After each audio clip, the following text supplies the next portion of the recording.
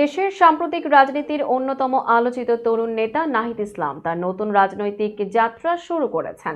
তার নতুন রাজনৈতিক দলে অন্তর্ভুক্তিকে স্বাগত জানিয়েছেন প্রেস সচিব শফিকুল আলম। নিজের ফেসবুক স্ট্যাটাসে শফিকুল আলম লিখেছেন, দেশের সাম্প্রতিক ইতিহাসের অন্যতম ধারালো রাজনৈতিক মন নাহিদ ইসলাম। তার বয়স মাত্র 26 এবং ইতিমধ্যে তিনি একজন নৃশংস স্বৈরশাসকের বিরুদ্ধে একটি জনপ্রিয় বিদ্রোহ নেতৃত্ব দিয়েছেন। তিনি দেশের রাজনীতিতে আরও কয়েক দশক বড় বৈশিষ্ট্য হয়ে থাকবেন, আর আল্লাহ জানেন একদিন তিনি দেশের প্রধানমন্ত্রীও হতে পারেন।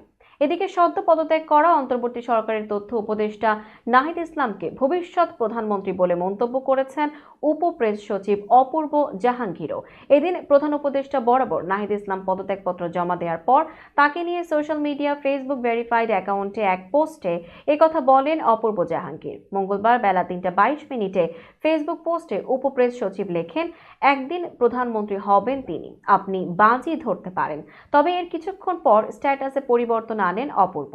পরবর্তীতে লেখেন, কোনো একদিন।